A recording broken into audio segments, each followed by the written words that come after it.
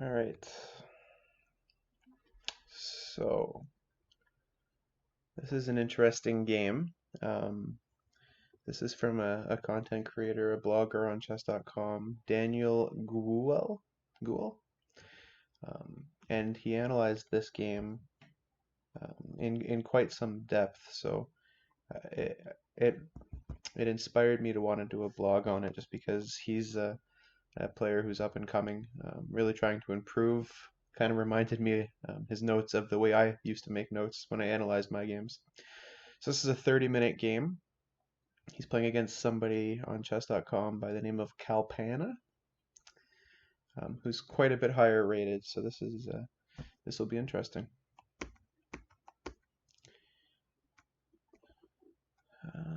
So I won't analyze white too much. This is unusual if you want to play for a win with white against a lower rated player.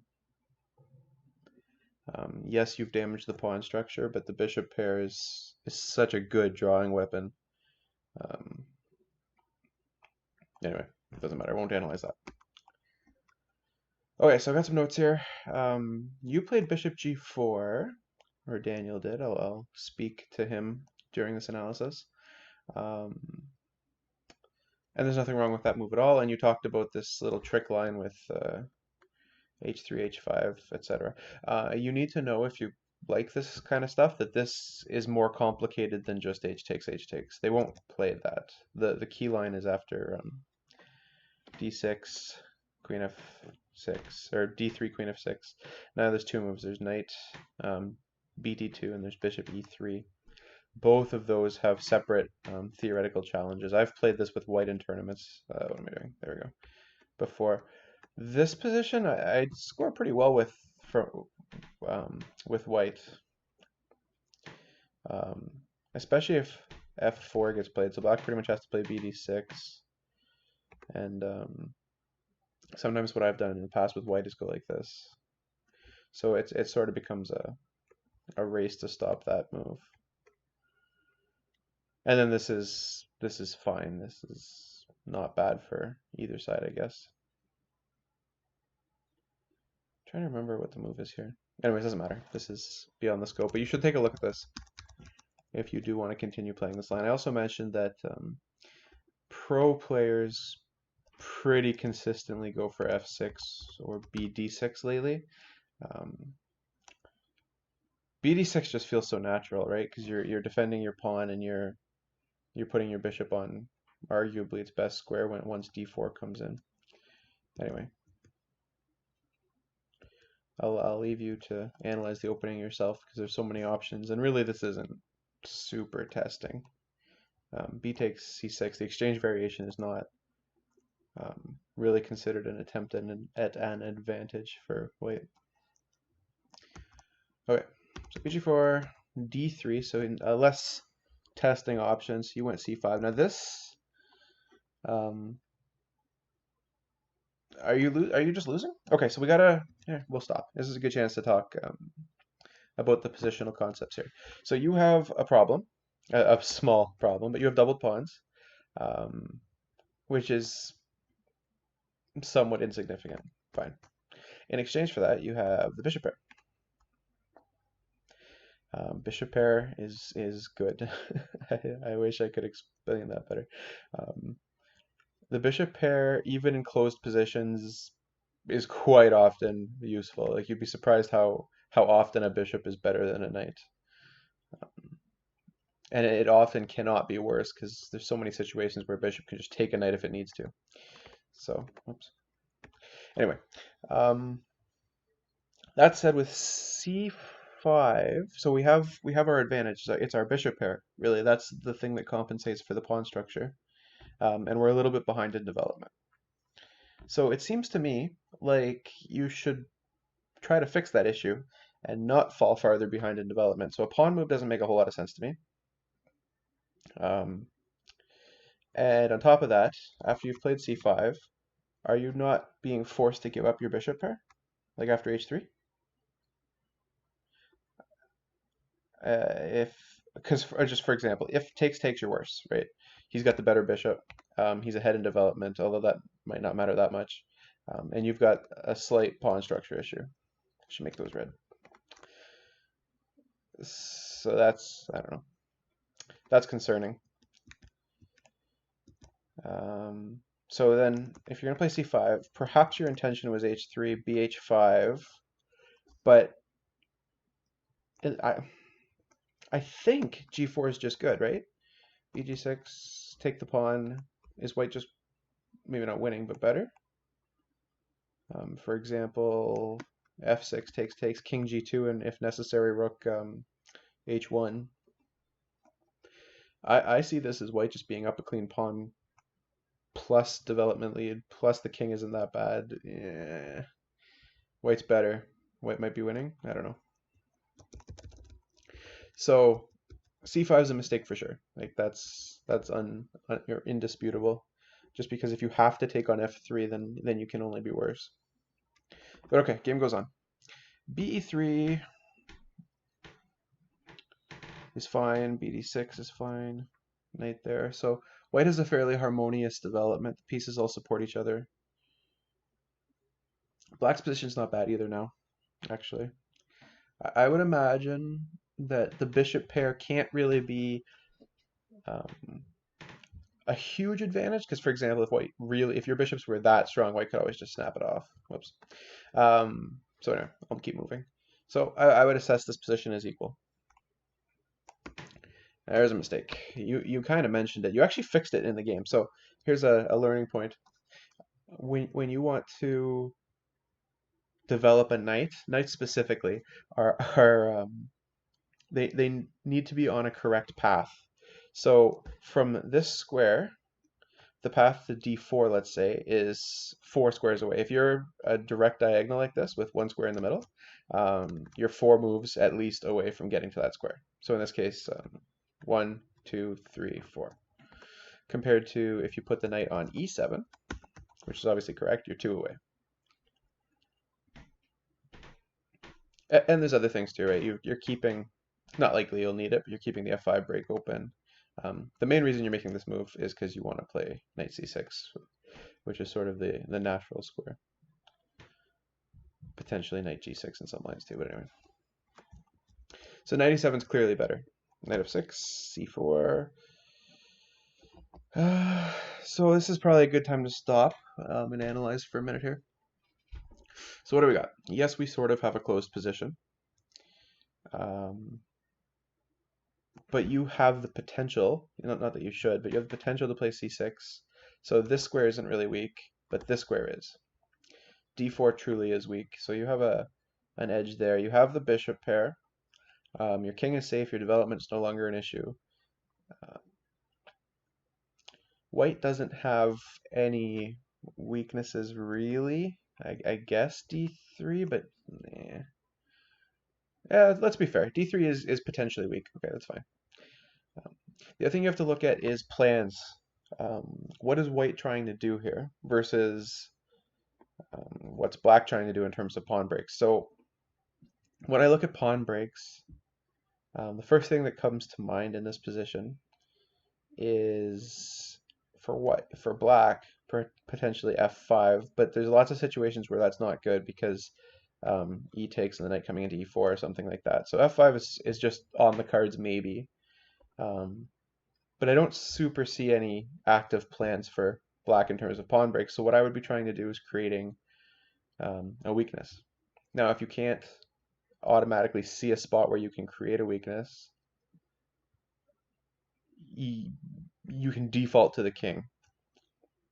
So in this position, I would seriously be starting to think about wanting to move my pawns at the king. But that's, again, we still have moves to make here. White's obvious break is, so white's got in a bit of a predicament because you got the bishop pair. So you may end up benefiting from his pawn break. But the one that comes to mind is a3, b4, something along these lines, trying to open up the queen side and get a little bit of play. Otherwise, white doesn't have a whole lot going on. So this position is very subtle, and in my opinion, black is just a little bit better. I'm not sure if I liked c4. Anyway, moving on. Queen e7. I don't remember in your notes why you went queen e7, but it looks good. Queen c2, c6. You said something in your notes. I don't have your notes with me here. You said something in your notes about this being to guard the d5 square, and my question is, from what? Um, this knight can't get there. I can't even see a path where it gets there safely. And this knight would have to go back to b1 to get to there. So you're not guarding, there's nothing that can actually occupy d5. So there was no need to defend that square. Rook c1, knight e7. So now you're starting to fix your knight's position. It just took a lot longer, but this is a closed position. You're not in a rush, so that's fine. I don't know why he played that, but we'll keep going. Okay, that's a good move. Bishop d7 instead of e6. So you're being consistent with your plan. And again, we can sort of stop and evaluate. The worst piece on the board has got to be this knight on e1. Because where's it going? At the moment, it literally cannot move. It has 0 squares. But even in terms of potential, I don't see a lot of potential for it. Like I can't see a path where it will be useful. So that's clearly the worst piece. The best piece on the board is clearly this guy, because it can go to e6, which is a strong square, and it can potentially go to d4, which is an even stronger square. Your bishop on d6 is it's not great, but it's not horribly weak, because it's sort of holding back white's 2 main breaks, so that's good. Your queen's strong, your king's okay. Yeah. So if I was assessing this position, I would say you're pretty close to, even though you haven't really done anything, you're pretty close to strategically winning. Does that make sense? Hopefully. Anyway. Something is going on here. Okay, there we go. Knight f1, knight e6, queen f2. He's sort of scrambling. You played queen d8, and this is where I made a note, so I definitely want to comment on this position. So now you need to come up with something to do, and your plan, which isn't bad, is to go bishop e7 to g5 and ultimately trade off this guy. And the knight on e3 is okay, but it won't be super strong, because I mean you might have g6 preventing knight f5, and the d5 square is protected, so it's reasonable. Plus you've traded off his good bishop for your quote-unquote bad bishop, but like we already said, his good bishop isn't doing a ton, and your bad bishop kind of is. So I'm not sure if this plan is actually it's not wrong, it's not terrible, but I'm not sure if it's the correct plan. I think you might have been able to do something more active. And so here's my predicament when I'm looking at this position. So you finally have a new pawn break. White's inclusion of f3 makes me basically anytime a pawn moves forward, the one behind it becomes slightly weaker. So in this case, this pawn I now view as a weakness, which means I now view the king as a weakness. So that we're starting to get some ideas of, like, I want to play g5, h5, g4, maybe knight into f4 or something. Like, I really want to start playing to win this game instead of just sort of treading water. So, but my predicament is, obviously if I castle short, that plan is sort of not happening. And if I castle long, I'm really worried that he's just going to immediately go a3, b4, and just bomb. And you're at least as weak as he is. So this is where I came up with a plan, and the general idea is, fine, I want to attack on the king side, and I also, don't want to castle. So in no particular order, I want to play f6, maybe king f7, rook to g8, like rook a to g8, and then start bombing. In no particular order. And I think my king is actually pretty safe on this f7 square, because he doesn't have a light squared bishop, and you do. And he doesn't have a way to get to that square, because he doesn't have any breaks on the king side. So your king, honestly, I think this plan is unstoppable, and the game is, maybe a computer would hold it, but a human is not going to be able to defend that. So something along these lines, maybe. Yeah, and so I when I was looking at this, I thought maybe what if white just bombed right away? But even this doesn't seem horrible. I mean, you're up a pawn now, and he's open to the position, so this isn't a bad idea. But I would imagine the engine thinks black is probably better, and not just better, probably winning. So no, I'll leave you to analyze that if you think that's interesting, but just an idea. You went with queen d8, which is safer, perhaps. b6 is a mistake. Yeah, so again, you need to be aware of what your opponent might do in terms of pawn breaks. And in this case, b4 came right away, and now you've lost your advantage because white's finally getting active. So the correct move instead of b6 would have been a5. Now you're preventing b4 completely, and you can go about your kingside play again if you want. And if a3, you just play a4 and lock everything down. And again, look at how bad all these pieces are. I mean, this guy's not terrible, but largely useless pieces. All of white's pieces. It's horrible. Like if I'm white in this position, what is there to do besides like knight g3, and then after g6 you just nothing? Shuffle your king back and forth a few times. Anyway, so you allowed oops, it's going too far back. You allowed b4, and you actually analyzed this as good for you. Your position's bad here. Bad-ish. And the reason b takes a5 is horrible. I don't know what he was doing, but I don't analyze my opponent's moves in these games. So bc5 and then d4, and now the game blows up.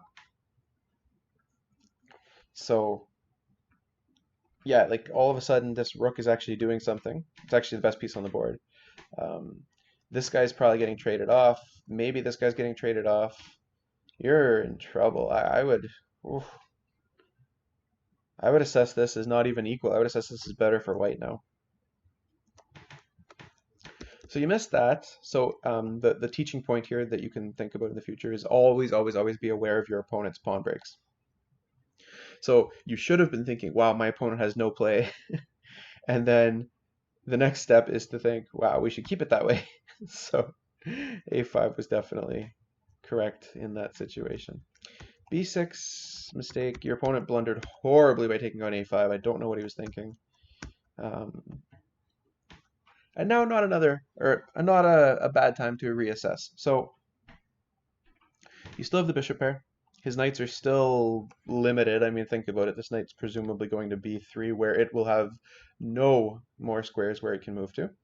Your b6 pawn is a weakness, technically, but so is a2. And I would argue a2 is weaker than b6. Your opponent, again, has no realistic pawn breaks besides perhaps f4, and if you could get it, you'll never allow this, but a4 and a5. Trying to somehow open up this complex a little bit, the b6, c5 pawn structure. In terms of king safety, both kings seem reasonably safe. You should castle and get your the current worst piece into play. Always think about your worst piece. Your knight on e6 is still strong. I like that you kept it on e6 and didn't immediately throw it into d4. The threat is strong, but the execution isn't always as strong. So okay, good job, castles. This is a no-brainer move. I remember seeing this in the game and wondering why. Why are you allowing a4? So with what we just said, what we just had in mind, we want to avoid allowing white to make any pawn breaks, and then we'll eventually prepare our own. Rook a4 just physically blocks the square. Like the pawn simply can't go there anymore because you have a rook on it. And this rook is safe. Again, you have the light squares. Neither knight can ever touch this rook, I guess. I can't even see a path. Let's see. I guess if you really wanted to hit this rook, you'd have to go here, here, here. So we're not overly worried about that. And if he was to do that, then just back the rook off. So anyway, rook a7 is definitely a mistake for that reason. A3 was played, and so now this is this is a good situation. So the issue that you're going to have here is it's not likely with this knight sitting here that you'll be able just to pile up and win this pawn per se. So you need the principle of two weaknesses, which means you need to create a second problem in the position. So the first thing I see is that technically d3 is potentially weak, but I don't see a way to get at it. a3 is weak, but it's going to be defended by these guys. So it might be time to start thinking about preparing other advances and opening the position up a little bit. So certain things that come to mind, obviously knight d4 eventually comes to mind. f5 again.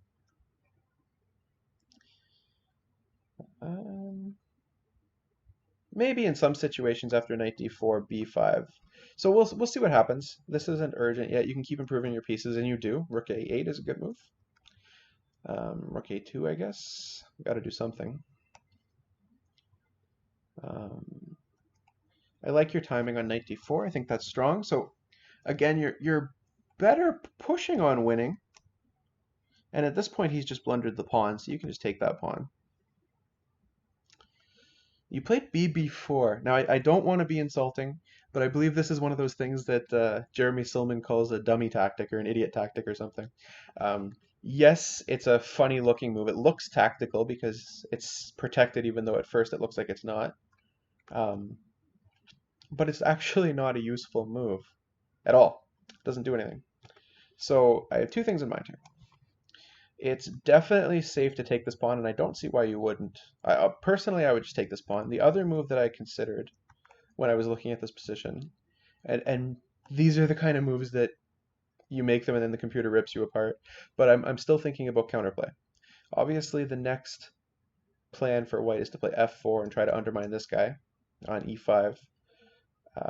So I thought it would be sort of a multi-purpose move to play g5, physically stopping f4, and also creating a bit of luft for the king when the position inevitably starts to open up. But I'm not sure that that's correct, and in a game I would be a little bit more practical, and I would just take on a3. And after something like this, the only thing that I noticed when I was calculating is the obvious rook a6 loses to, or yeah, loses, I guess, to knight c5. And the knight's safe because of the queen b8 check.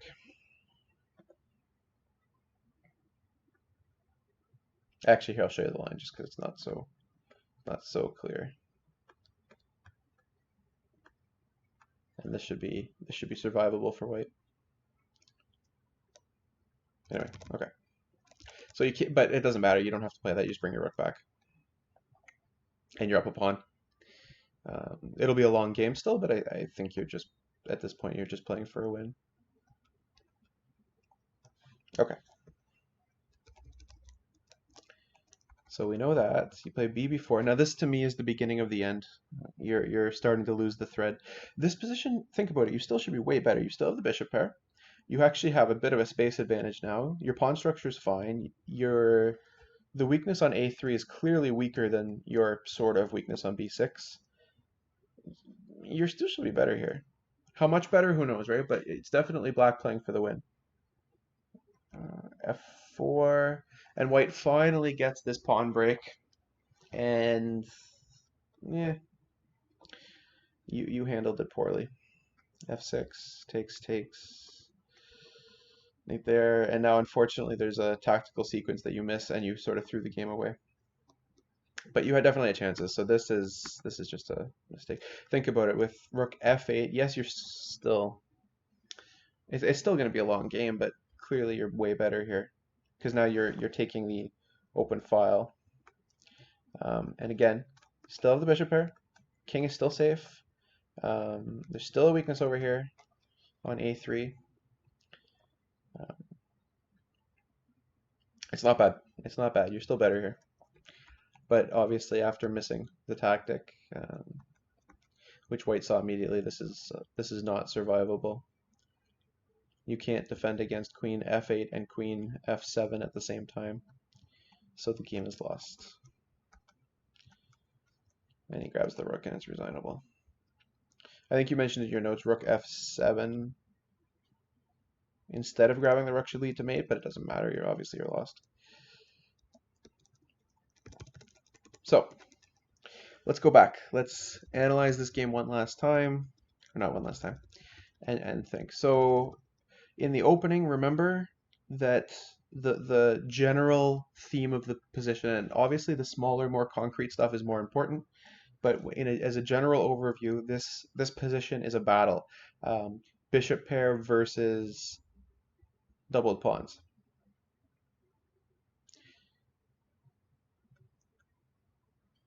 So you don't want to end up in a position like this where you have to give up your bishop pair for free after h3. Yeah, never underestimate the power of the bishop pair. You have an unopposed light squared bishop which could easily just sit on e6 and dominate the board. Okay, moving on. Yeah, another lesson, before you develop your knights, figure out where you want them to go in the long run. Another lesson, don't be prophylactic against things that will never happen.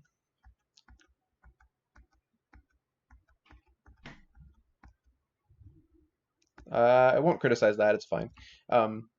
Keep an eye, always be aware of potential pawn breaks. So in this case, the potential for activity after something like this was strong. I shouldn't have shown that line anyway. But I think your move is reasonable too. Oh yeah, again, be aware of pawn breaks. Chess is all about pawns. If you take anything from this game and my previous videos or streams, chess is all about pawns. Pawn breaks as the pawn structure, like as the skeleton of the position, the cracks, pieces become more active. So the first person's pawn structure to break down tends to be the person who gets pulverized for it. A successful pawn break can end the game quickly.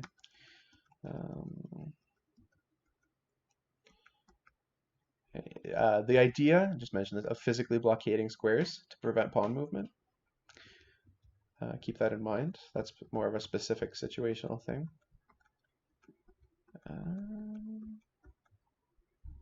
Avoid. Well, actually, I'll comment on this again. If you were in time pressure here, try not to be. This position is still complicated. You really don't want to be in time pressure yet. But, well, just I didn't mention this earlier, but just so you know, like you could have taken the pawn, you should have taken the pawn, but you also could just prevent f4 with bishop d6 probably. Actually, he might play f4 anyways. Never mind, forget I said that. Okay. Yeah, and then watch out for tactics. This line was forcing. You should have been able to calculate it because there's only a few moves. Like you know that you're going to get this position, and then you only need to see one move to know that this is bad. So with that in mind, you would have, if you had have seen that, you would have played rook f8 in a heartbeat, and you're still better. Rook f8, probably bishop. Your bishop would eventually go back to like d6 maybe, or either d6 or e7. I don't know, one of those two. This bishop's coming up here probably, something along these lines. The rook can come across. You can switch wings, and like I said, I'm not sure if you're immediately winning, but you must be better here, just based on the positional factors. And yeah, that's the game. So congratulations on a really well played game. You took a what, 2181 chess.com rating, which is quite respectable, and you paralyzed him with your opening play. He sort of paralyzed himself, to be honest, but you handled it really well. I love that you kept your knight on e6 and didn't throw it into d4 right away. So yeah, all in all, a really well played game. In terms of training advice, I would recommend continuing with tactical training. Being able to see the subtleties of a position tactically immediately would prevent moves like bb4 and prevent. I mean, ultimately, this game was just lost because of a tactical oversight because you were still better until that point. So that's important. What else? What other training is there that would help with this? it's not a bad idea to review the games um, of players who tend to be quite good dynamically. So if you were to keep an eye on like Hikaru Nakamura or even Magnus Carlsen, they do blitz streams. If you were to watch that can actually be a really entertaining way to improve because you'll see that they will look for ways to activate their position all the time. They're always trying to get their pieces more active and open up lines for rooks, stuff like that. You didn't use your rooks to their full ability in this game, obviously. Um, so that's why what I'm talking about specifically is I really like this idea of f6 here. I don't see what white does. Like I said, I'm in my sample line, I was suggesting that white should just bomb and blow the position open and try to punish you for this, but if they don't, your plan is rook a8, maybe something like this, with great attacking chances. The pawn being on f3 makes the g2 square just marginally weaker. Okay, I think I'll end the analysis there. Hopefully that helped, and yeah.